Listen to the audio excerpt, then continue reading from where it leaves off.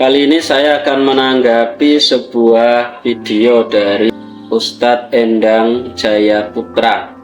Dalam video itu, beliau menyalahkan penjelasan dari Wakil Ketua Majelis Tabligh Pimpinan Pusat Muhammadiyah, Ustadz Adi Hidayat, ketika menjelaskan tentang masalah kunut dan masalah tahlilan. Saya nggak tahu apakah Ustadz Endang Jaya Putra ini sudah nonton penuh atau hanya sekedar nonton potongannya.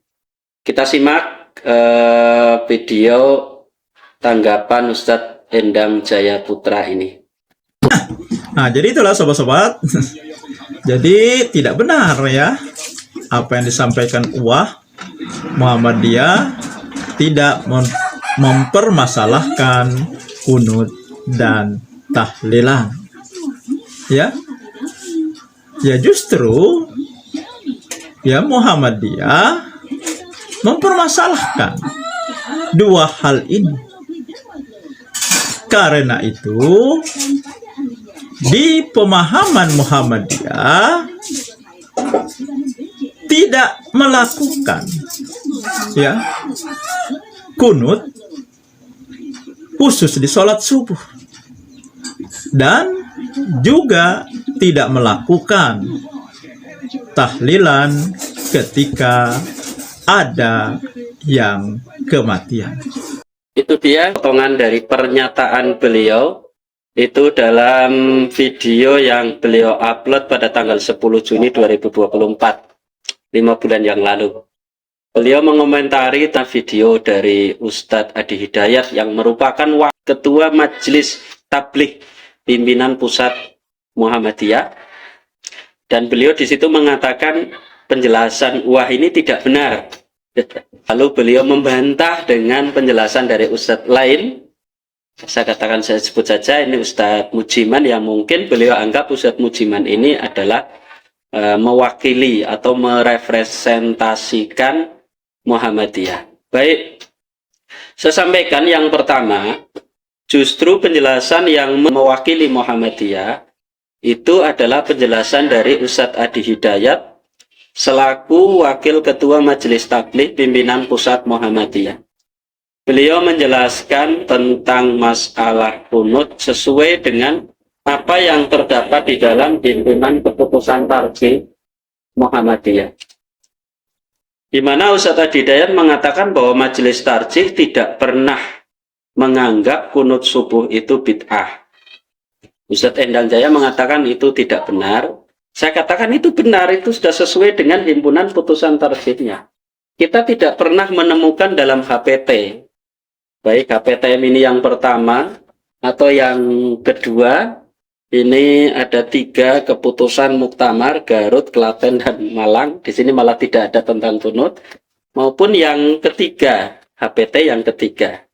Itu tidak ada keputusan, ya, bukan fatwa. Tidak ada keputusan tarjih yang mengatakan kunut subuh itu bid'ah. Terkait dengan tahlilan juga sudah banyak penjelasan selama ini dari ustadz-ustadz Muhammadiyah, dari tokoh-tokoh Muhammadiyah tentang substansi permasalahan tradisi tahlilan itu sebagaimana disinggung dalam sejarah-sejarah, dan ini menjadi latar belakang berdirinya Muhammadiyah. Kembali tentang masalah kunut, di dalam kitab himpunan putusan tarjih Muhammadiyah itu ada di dalam halaman ke-378 keputusan tarjihnya, bab kelima dalam himpunan putusan tarjih Muhammadiyah dengan judul Al-Kunutu, kunut. Ada 4 poin di situ. Poin pertama, keputusan tarjihnya mengatakan yaro majlisu annal kunuta bimaknatu lil qiyami lil qiraati wad du'ai fis sholati masru'un. Majelis tarjih berpendapat bahwasannya kunut dengan makna berdiri lama untuk membaca dan berdoa di dalam sholat itu masyru'. Di sini dikatakan masyru', disyariatkan. Lalu poin yang kedua, la yarol majlisu tahsisa tasmiyati dzalikal qiyam bi kunutil fajri al muta'arafi al mukhtalafi fi hukmihi. Majelis tarjih tidak memandang, tidak berpendapat bahwa tulul qiyam, lama berdiri untuk berdoa yang disyariatkan ini, tidak berpendapat bahwa tasmiyati dzalikal qiyam, penamaan berdiri lama untuk berdoa itu, bi kunutil fajri, khusus pada kunut sholat subuh al-muta'arafi yang kita kenal, al-mukhtalafi. Di sini dikatakan al-mukhtalaf, yang diperselisihkan fi hukmihi, dalam hukumnya. Jadi kunut subuh dalam pandangan majelis tarjih ini masih mukhtalaf, diperselisihkan hukumnya. Majelis tarjih tidak menyebut di sini bid'ah. Kalau sudah ditetapkan bid'ah ya tidak mukhtalaf. Dan konsekuensi ketika sudah ditetapkan bid'ah, berarti kita orang Muhammadiyah ketika makmum kepada imam yang baca kunut ya tidak sah. Itu konsekuensi dari menetapkan kunut itu bid'ah. Karena kullu bid'atin dolalah wa kullu dolalatin finnar. Itu konsekuensinya. Majelis tarjih menganggap kunut subuh itu mukhtalaf fi hukmihi, diperselisihkan dalam hukumnya. Lalu bagaimana menyikapi permasalahan yang diperselisihkan seperti ini? Ada manhaj tarjih, metode tarjih ya, bisa kita lihat di dalam, masih dalam HPTM yang awal itu, di dalam kitab Masailul Khamsi halaman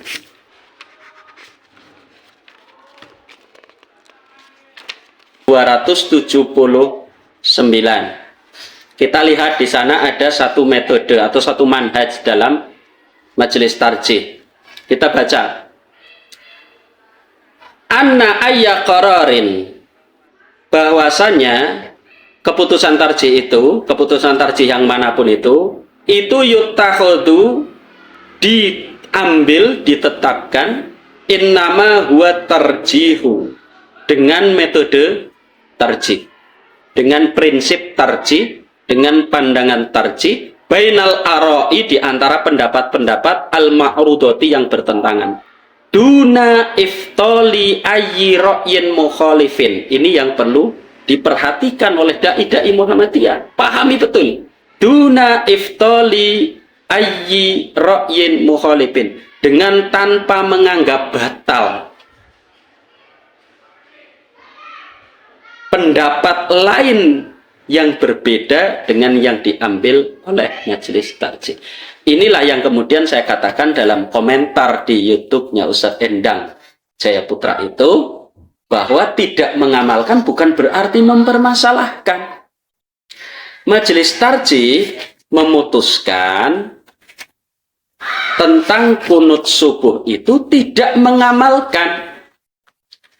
Tetapi majelis tarjih tidak menganggap yang mengamalkan kunut subuh itu bid'ah, karena majelis tarjih berpandangan kunut subuh itu masih mukhtalaf. Sehingga di beberapa daerah sekarang banyak masjid-masjid yang diurus oleh dua organisasi besar ini, NU dan Muhammadiyah. Jadwalnya di rolling imamnya, kadang dari NU, kadang dari Muhammadiyah. Beberapa masjid yang saya datangi, ada masjid besar, masjid agung, bahkan imamnya gantian, ketika subuh juga gantian. Ketika jadwalnya dari Muhammadiyah tidak kunut, jamaahnya sudah paham di situ, ya mereka tidak ada yang kunut. Ketika imamnya dari NU, imamnya kunut, ya jamaah paham di situ, tidak ada yang protes. Banyak masjid-masjid yang diurus seperti itu.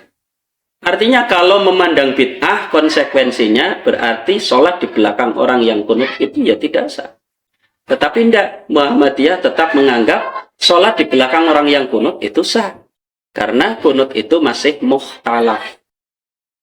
Muhammadiyah menganggap yang kuat kunut itu tidak khusus hanya subuh. Itu masyru' di semua sholat. Ketika memandang masyru' di semua sholat, berarti kunut di sholat subuh juga masuk bagian dari masyru', tetapi tidak khusus hanya subuh.